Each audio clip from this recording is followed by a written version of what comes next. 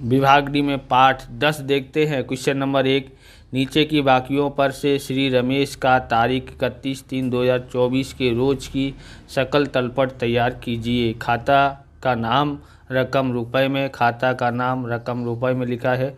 वाहन खाता ये संपत्ति है, तो हम लोग इसको सकल तलपट में किधर साइड लिखते हैं, उधार साइड में। संपत्ति जितनी भी है उसको उधार साइड में लिखा जाता है। तो ये भी संपत्ति है, ये भी मतलब वाहन खाता 17,000 और रोकड़ खाता 4,000 दोनों उधार साइड में आएंगे।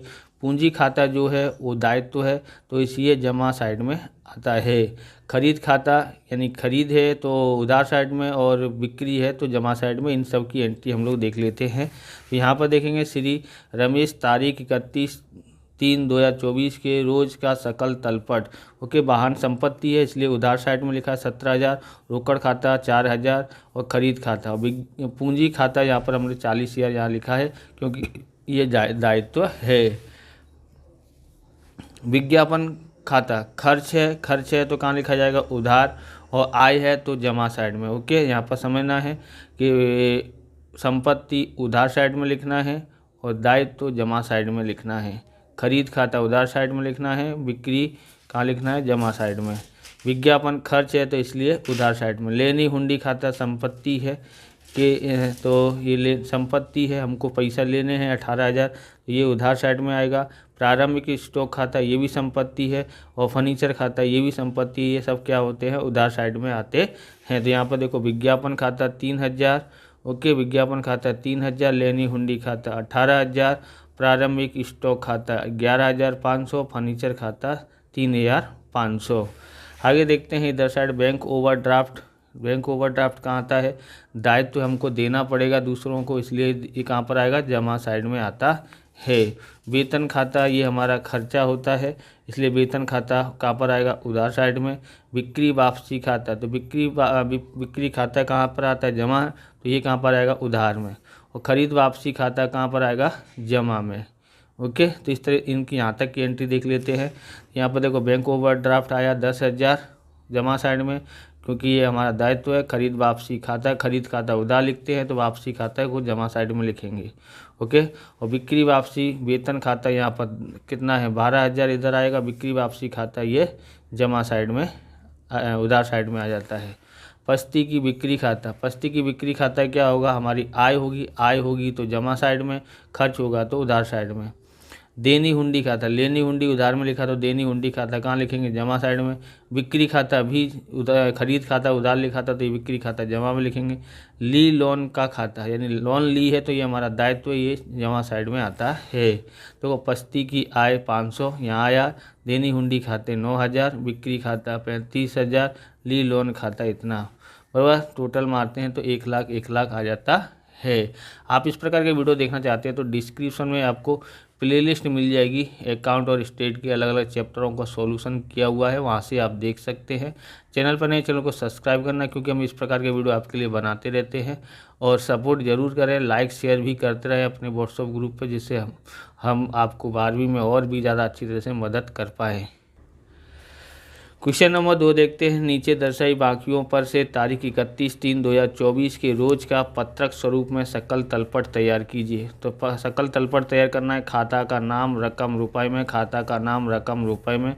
शुद्ध खरीद खाता तो 24,400 दिया हुआ है, बराबर। ये शुद्ध खरीद कहाँ लिखा जाता है, उधार में, बराबर। और बिक्री जमा में, तो ये आएगा, हम लोग इसको लिख देते हैं उधार में। और बैंक शेष यानी कि बैंक हमारी संपत्ति है तो उधार साइड में। देवा यानी लेनदार कहाँ पर आएंगे, संपत्ति नहीं है तो ये दायित्व है, तो इसलिए ये जमा साइड में आता है। मजदूरी खाता, तो मजदूरी खाता कहाँ पर आएगा, मजदूरी खाता खर्चा होता है इससे, बराबर। ये हमको देना पड़ेगा, खर्चा होगा तो इसलिए कहाँ पर आएगा, तो ये उधार साइड में आता है। सामान्य अनामत खाता तो दायित्व की तरफ लिखा जाता है, ये जमा साइड में आता है। कंप्यूटर खाता संपत्ति है इसलिए उधार साइड में आएगा। देनी हुंडी खाता ये भी संपत्ति है तो उधार साइड में। लेनदार यानी देनदार ये संपत्ति है, उधार साइड में। इतना साइड का हम लोग देख लेते हैं। सबसे पहले खरीद खाता यहाँ 24,400 हुआ। फिर बैंक शेष बोला है तो 5,200। फिर बोला है देवा खाता यानी यहाँ पर आएगा। देवा यानी लेनदार दायित्व है इसलिए 12,000 जमा साइड में। फिर दिया है मजदूरी खाता, तो ये खर्चा होता है इसलिए 1600 रुपये इधर लिखेंगे। ये सामान्य अनामत दायित्व है इसलिए यहाँ लिखते हैं। देनी हुंडी खाता है, कहाँ पर आएगी देनी हुंडी, तो देनी हुंडी सॉरी लेना लिखा ना, तो देनदार खाता है संपत्ति इसलिए 18,000 आता है। सब लिख लिया हमने। अब यहाँ पर देखते हैं भाड़ा कर, ये एक प्रकार का खर्चा है इसलिए उसको उधार साइड में। स्टेशनरी खर्च खाता, ये भी उधार साइड में आ जाएगा। खर्च लिखा है तो डूबत ऋण अनामत खाता, ये भी लाभ हानि के कहाँ पर आता है, ये देखो जो भी लाभ हानि के उधार साइड में है तो उसको उधार साइड में ही लिखेंगे। ये लाभ हानि खाता अपने वार्षिक हिसाब सीखा है ना, उसमें लाभ हानि खाता बनाते हैं, तो डूबत ऋण में क्या पर आएगा उधार आता है। घिसाई फंड खाता, तो ये फंड जो है वो दायित्व आता है इसलिए जमा साइड में। शेयर विनियोग खाता है तो ये संपत्ति है इसलिए उधार साइड में। बिक्री आएगी जमा साइड में, क्योंकि खरीद आती है उधार में, बिक्री आएगी जमा में। पूंजी दायित्व है इसलिए जमा साइड में। ओके, लेनी हुंडी कहाँ पर आती है, तो ये आती है उधार साइड में क्योंकि ये संपत्ति है। चलो देख लेते हैं यहाँ से। तो भाड़ा कर 13,100 रुपये, स्टेशनरी खर्च 1,900 रुपये, डूबत ऋण खाता उधार 1,200 रुपये, शेयर विनियोग खाता 6,700 रुपये, लेनी हुंडी 5,000। फिर था हमारे पास देनी हुंडी खाता 5,000, घिसाई फंड खाता 5,000, बिक्री खाता 43,500, पूंजी खाता 25,600 आता है। तो क्वेश्चन नंबर 3 देखते हैं। नीचे दी गई विविध खाता की बाकियों पर से श्री प्रबोध का तारीख 31/3/2024 के रोज सकल पत्रक स्वरूप में तैयार करो। यहाँ पर देखो प्रबोध दिया हुआ है और यहाँ पर बोला है विवाह की लोन, यानी प्रबोध ने लोन ली है तो ये हमारा क्या हो गया दायित्व है, तो कहाँ लिखा जाएगा जमा साइड में लिखा जाता है, तो ये आएगा हमारा जमा साइड में। आरण खाता क्या है, तो आरण हमारा उधार साइड में लिखा जाता है, बराबर। आरण लाभ हानि के खाते में लिखा जाता है ना उधार साइड में। फिर दिया बट्टा, हमने बट्टा दिया यानी हमारा खर्चा है एक तरह का, तो क्या आएगा उधार साइड में, खर्चा जितने भी उधार साइड में। माल वापसी उधार खाता, उधार जो बोला है ना वो क्या होता है, तो यानी कि ये खरीद वापसी खाता है। कौन सा, ये खरीद वापसी, ध्यान रखना। और जमा बोले हो तो बिक्री वापसी। ओके, समझ आया। तो ये कहाँ पर आएगा जमा साइड में। खरीद उधार में आता है तो खरीद वापसी खाता जमा में आएगा। मकान खाता संपत्ति है इसलिए उधार साइड में। शंकास्पद लेना अनामत खाता, अनामत जो भी है उसको जमा साइड में लिखते हैं। विनियोग पर ब्याज, विनियोग उधार साइड में लिखा जाता है तो ब्याज कहाँ मिलेगा जमा साइड में। ओके, लेनी हुंडी कहाँ पर आती है जमा साइड में आती है। तो इतने की एंट्री देख लेते हैं। सबसे पहले क्या दिया था विवाह की लोन खाता 12,000, फिर दिया था आहरण खाता तो ये उधार कितना 3,000, फिर दिया है दिया बट्टा वो भी उधार साइड में 800 रुपये, और दिया बट्टा हो गया माल वापसी उधार खाता तो ये जमा साइड में लेगा। माल वापसी उधार मतलब खरीद वापसी होती है 1,500। मकान संपत्ति इसलिए 20,000 यहाँ पर, और फिर आता है शंकास्पद लेना तो ये आता है अनामत जो भी है 3,500 यहाँ पर आ जाता है। विनियोग का ब्याज, तो हम लोग विनियोग का ब्याज यहाँ 2,000 लिखेंगे, बराबर। विनियोग का ब्याज 2,000। लेनी हुंडी आती है संपत्ति इसलिए उधार साइड में। अब देखते हैं प्राप्त बट्टा। दिया बट्टा उधार किया तो प्राप्त बट्टा क्या हो जाएगा जमा। माल वापसी जमा खाता, तो ये क्या है बिक्री वापसी है। कौन सी वापसी है, बिक्री वापसी है। बिक्री वापसी कहाँ पर आएगा, बिक्री जमा में आता है तो बिक्री वापसी उधार में आ जाएगा, तो इसको उधार में लिखेंगे। ओके, रोकड़ खाता संपत्ति है इसलिए उधार। विज्ञापन खर्चा है इसलिए उधार, और विनियोग खाता उधार संपत्ति है इसलिए खरीद खाता को हम लोग उधार लिखते हैं, बिक्री खाता को जमा लिखते हैं। देनी हुंडी मतलब हमारा दायित्व है इसलिए हम लोग क्या लिखेंगे जमा साइड में। ओके, देखते हैं यहाँ पर। तो देखो यहाँ पर हम लोग कहाँ से पहुँचे हैं प्राप्त बट्टा तो कहाँ पर आएगा प्राप्त बट्टा, ये रहा जमा साइड में 500। फिर माल वापसी जमा खाता, तो माल वापसी जमा खाता कहाँ पर आएगा इधर, माल वापसी जमा यानी बिक्री वापसी 1700। फिर आता है रोकड़ खाता ये 5,000। फिर विज्ञापन खर्च खाता आता है 3,000। फिर विनियोग खाता आता है 20,000। खरीद खाता आता है 16,000। ओके, बिक्री खाता यहाँ पर, देनी हुंडी खाता यहाँ पर। अब यहाँ पर दोनों का अंतर अलग अलग आया है, दोनों का टोटल अलग अलग आया हो तो दोनों काम किधर साइड का कम है इधर साइड का, इसलिए 74,000 में से यहाँ का टोटल 54,000 घटाते हैं तो 20,000 उचित खाता आ जाता है। तो चौथा देखते हैं, यहाँ पर नीचे दिए गए खाता की बाकियों पर से तारीख 31/3/2024 के रोज श्री रवि एंड को खाता स्वरूप में सकल तलपट तैयार करो। तो हम लोग सब लोग देख लेते हैं। भाड़े का मकान खाता 18,000, तो इसको सॉरी भाड़े का मकान नहीं, भाड़े पट्टा का मकान खाता ऐसे लिखना, 18,000 है बराबर। भाड़ा पट्टा का मकान तो जो लिया भाड़े पे लिया तो क्या होगा, उधार साइड आता है। ये भाड़ा है 18,000, भाड़ा है तो खर्चा है यानी उधार। रोकड़ और बैंक खाता, रोकड़ और बैंक खाता कहाँ पर आएगा, संपत्ति इसलिए उधार। पूंजी खाता कहाँ पर आता है, पूंजी खाता आएगा हमारे पास दायित्व तो इसलिए जमा साइड में। खरीद खाता 38,000 कहाँ पर आएगा, उधार साइड में। खरीद माल वापसी उधार खाता, माल वापसी उधार खाता तो क्या आता है यहाँ, तो खरीद वापसी है। कौन सा है ये, खरीद वापसी बराबर। खरीद वापसी हो तो कहाँ पर आएगा बताओ, खरीद वापसी हो तो किधर साइड आता है, उधार जमा साइड में आता है। किस में आता है, जमा साइड में। खरीद उधार में तो खरीद वापसी जमा साइड में। आहरण पर ब्याज, आहरण पर ब्याज कहाँ पर आता है, आहरण उधार में आता है तो ब्याज कहाँ पर आएगा, जमा साइड में आता है। माल वापसी जमा खाता, माल वापसी जमा खाता यानी 2,000 जमा है तो बिक्री वापसी है, बिक्री वापसी है ना ये, तो बिक्री वापसी है तो कहाँ पर आएगा, तो उधार साइड में आता है। लेनी हुंडी संपत्ति इसलिए उधार साइड में। पूरा ही देख लेते हैं। बिक्री खाता कहाँ पर आएगा, जमा साइड में। व्यापार खर्च खाता खर्च है इसलिए कहाँ पर आएगा, उधार साइड में। टेलीफोन डिपॉजिट खाता, टेलीफोन डिपॉजिट यानी हमने डिपॉजिट बढ़ी हुई है तो हमारे पास क्या हो गया, ये हमारी संपत्ति हो गई तो यानी ये उधार साइड में। उम्मीदवार का प्रीमियम खाता, उम्मीदवार का प्रीमियम यानी हमको भरना पड़ेगा बराबर। प्रीमियम खाता है, प्रीमियम उम्मीदवार का तो कहाँ पर आएगा, जमा साइड आएगा। कहाँ पर आएगा, जमा साइड में आता है। ओके। चुकाना बाकी खर्च खाता, तो ये कहाँ पर आएगा, चुकाना बाकी है। खर्च खाता कहाँ था, उधार में, तो चुकाना बाकी होगी तो कहाँ पर आएगा, जमा साइड में। ऐसा थोड़ा सा बुद्धि लगाना है।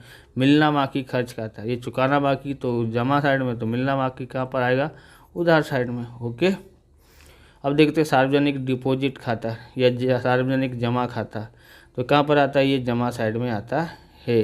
देनी हुंडी ये भी जमा साइड में आता है। तो सब मैंने लिख दिया, तो यहाँ पर लिखा हुआ है भाड़ा पट्टा का मकान 18,000, रोकड़ और बैंक खाता 18,000, खरीद खाता 38,000, माल वापसी जमा यानी बिक्री वापसी 2,000, लेनी हुंडी खाता 6,000, व्यापार खर्च खाता 8,000, टेलीफोन डिपॉजिट खाता 2,000, मिलना बाकी खर्च खाता 4,000, पूंजी खाता 23,000, माल वापसी खाता खरीद वापसी है मतलब 3,000, आहरण पर ब्याज खाता 1,500, बिक्री खाता 4,200, उम्मीदवारों का प्रीमियम 6,000, चुकाना बाकी खर्च 4,500, सार्वजनिक जमा खाता 10,000, देनी हुंडी खाता 6,000।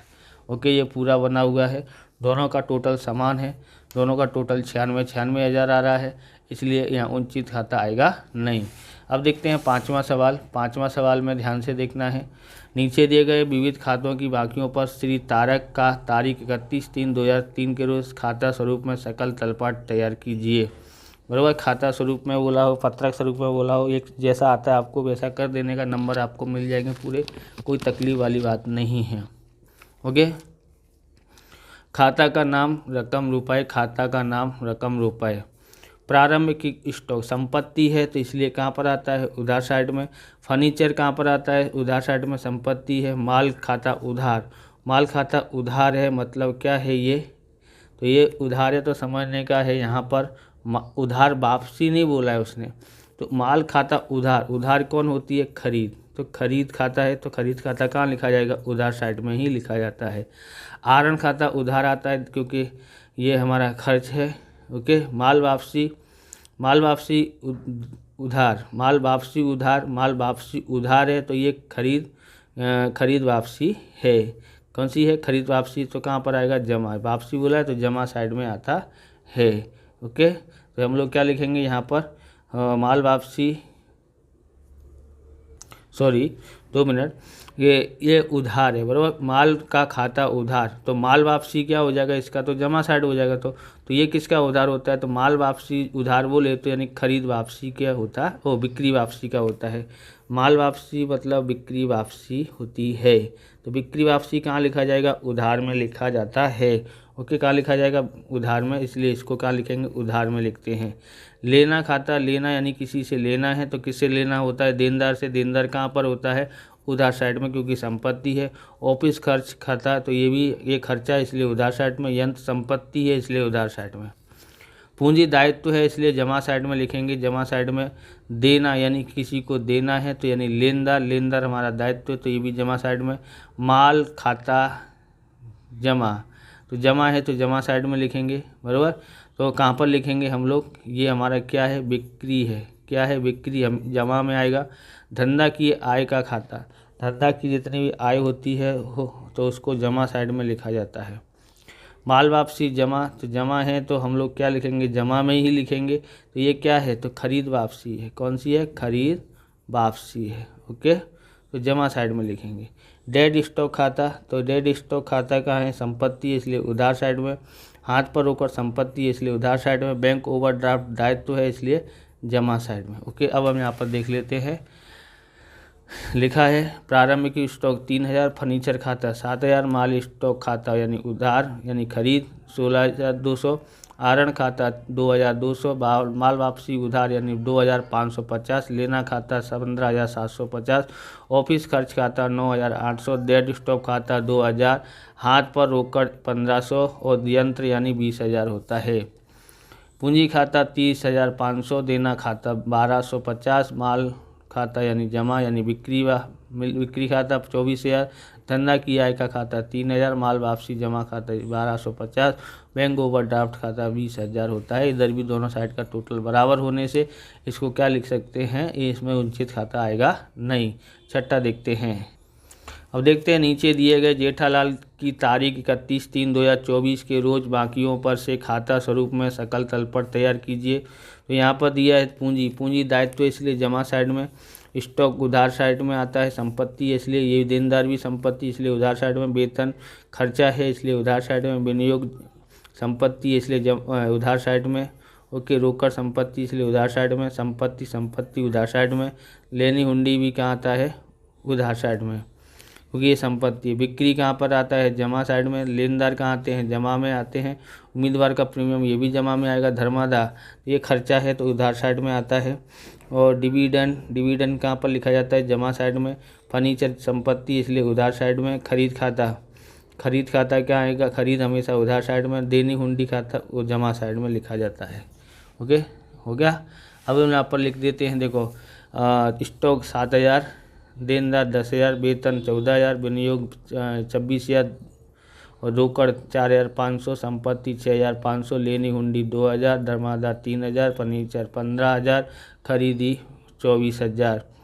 पूंजी खाता 30000, बिक्री खाता 60000, लेनदार 10000, उम्मीदवार का प्रीमियम 8000, डिविडेंड 2000, देनी हुंडी 2000 हो जाता है।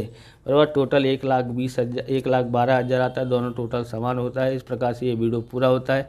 अगर आपको हमारा वीडियो अच्छा लगे तो लाइक करें, शेयर करें, कमेंट करें, चैनल पर नए चैनल को सब्सक्राइब करें। मिलते हैं नेक्स्ट वीडियो में। जय हिंद, जय भारत, वंदे मातरम।